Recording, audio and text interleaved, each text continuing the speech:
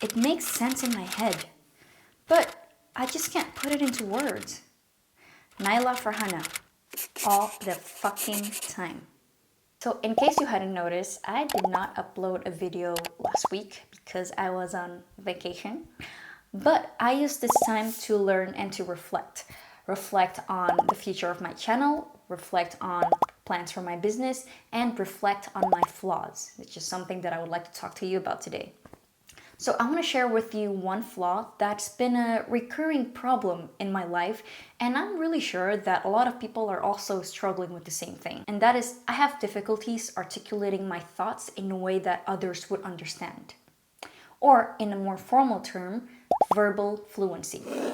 So what is verbal fluency? So verbal fluency is basically how easy it is for you to find the right words to describe your thoughts, or choosing the right words for the right situation. Or also how easy it is for you to retrieve information from your brain and communicate it in a way that would make sense to other people. But before we move on, let's not confuse verbal fluency and language fluency.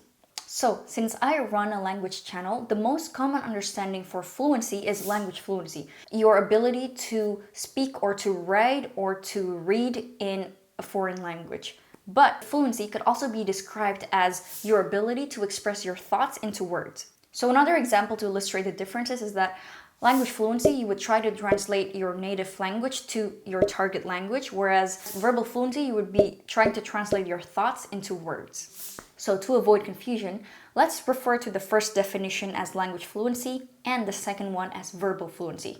And also, verbal fluency is not something that is exclusive to non-native speakers. Even native speakers struggle with this as well. So just because someone is fluent in their native language doesn't mean that they are verbally fluent. Doesn't matter what your first language is. So as a perfect example, I've always had a problem with this. Verbal fluency for many years, but I just didn't know that there was a term for it.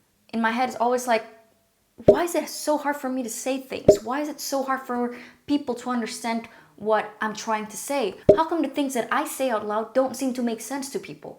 So those are things in which I complain, but I just can never find an accurate term to explain this phenomena, this problem that I was facing. So I really had to literally type out my problem on Google and found out that there was actually a term for it, which was verbal fluency. And then you probably think, what are you talking about? You're a YouTuber and you've come this far. You must be doing something right. Well, yes, all of my videos are scripted. See, like here, I always see that really long 5-page script. Yes, all of my videos are scripted. So of course, I have to prepare to make my editing process as smooth as possible for my editor. But a lot of times I even struggle to put out words even though I know what I wanted to say. And I'm probably always going to try to improve no matter how long I do this. So I want to tell you a story that was extremely embarrassing. That's probably one of the lowest points, most embarrassing moment I've had in my life. So a few years ago, I was working as a marketer in this small tech startup. Maybe around like 10, 12 people work in the company. So every quarter we would have to present at an all hands meeting about what we've achieved as a team for a certain quarter. And everybody was there, including the CEO, CTO, CFO, all the management team. When it was my turn to speak, I only had 3 points to explain, but when it was my turn, I just blanked out. Even though when I look back at the points, they were really simple points that anyone could have explained it very easily. But to me, I paralyzed, I flinched, and nothing came out. I felt so much heat inside my body, and I felt that I was like, a lot of sweat was trickling down my back, and everyone was there in the company, including the management team, and I just felt so embarrassed and nothing came out. Like, I could not explain what we achieved that quarter. So thankfully, my manager at the time took over, and I didn't have to say anything. I was just there like a potato, being useless. So that was, of course, an extreme case in which this problem really manifested. But in my daily life, even about simple things, when I try to explain some things to my friends or family or something, they wouldn't really understand what I'm trying to say. It's like, I always have to ask them if what I'm saying makes sense in the end. Does that make sense? Do you understand what I mean? And whenever somebody tells me that they don't understand what I'm trying to say, to me, that's like a failure. I cannot explain myself clearly and I failed. So I don't know, do you guys experience these things too in your day-to-day? Comment down below, because it's gonna make me feel a bit better if I'm not the only one who feels this way. So throughout my vacation, I contemplated so much about this problem, and also I bought a few communication courses to maybe, help me diagnose what is happening and how I can solve this. And by watching a lot of videos and really trying to understand myself, I've come up with some causes on why this happened. Reason number 1, insecurities and stage fright. So because I've been so preoccupied with this for a long time, my insecurities run deep. It gets the best of me. So when I try to explain something, I immediately get nervous when I'm being put on the spotlight.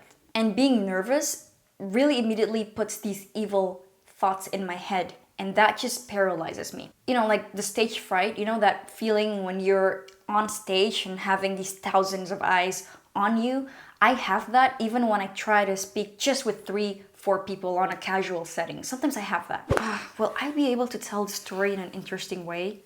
Will they be interested with what I have to say? Will they listen to me? Oh God, they're gonna think I'm stupid.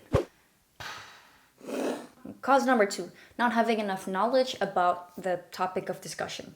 So as much as I want to be an expert in a lot of subjects, that's just not possible. That's just crazy talking.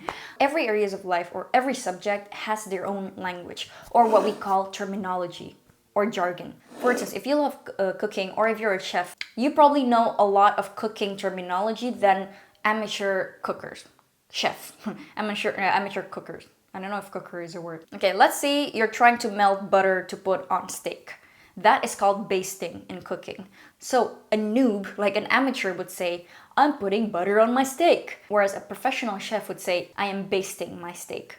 I'm gonna take this, I'm gonna baste my steak right here with some of this delicious marinade. So knowing enough vocabulary about a subject helps a lot in fluency.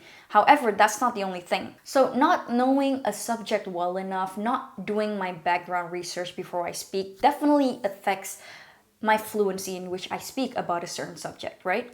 It's not just a vocabulary. So when I cannot make myself understood, chances are I probably don't understand this subject well enough to start explaining it to people. So a long time ago, I decided that if I don't know enough about a certain subject, I would rather stay silent than trying to say something to fill in the gap to appear more knowledgeable, or not to appear too ignorant.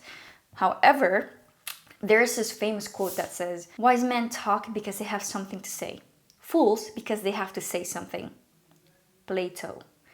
So if I'm not knowledgeable in a certain subject, the least I can do is to be wise and shut my mouth. Reason number 3, being multilingual. Okay, to be honest with you, I haven't done extensive research about this, but this is just like my wild guess and why this is a reason. I think my being able to speak multiple language has something to do with it because, first of all, having a lot of words in your head, it's very hard to organize, and it's kind of hard to retrieve the right words from my brain at the right situation, something, because it's a mess in here. Also, when somebody is monolingual, let's say in English, 100% of the content they consume is probably in English, right? So they are exposed to a lot of words, a lot of expressions, idioms in that language. When someone is bilingual, they probably consume only 50% of English and 50% in another language, let's say in Indonesian. So 50-50, now it's already divided.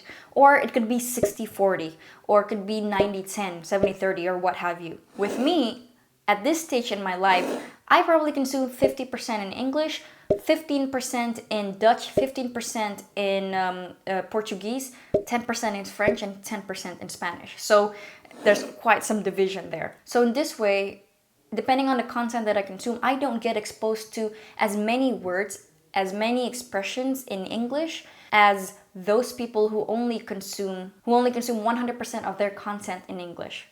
Does that make sense? So I'm consuming so many content in these other languages because I want to get immersed and learn these languages at the expense of deepening my knowledge in various subjects in English, at the expense of being more eloquent in English. So to me, I think that's the biggest cost to learning multiple languages. But I guess this is a cost that I would have to take if I want to maintain certain levels in all of these other foreign languages. So let's move on to the... Alright, so I decided to cut the video a little shorter because it got a little too long. So I'm gonna save the solutions part to another video that I will probably upload in 2 or 3 weeks. So stay tuned for that one. I hope you guys liked the video, and I hope that for you guys who are experiencing the same problem, you guys could at least relate to it. And I hope that this video could shed some light for you guys who are experiencing the same thing. Anyways, I hope you guys enjoyed this video so far. And if you do, give it a like and comment down below, and I will see you guys in another video. Until then, you have a good day and take care. Bye bye.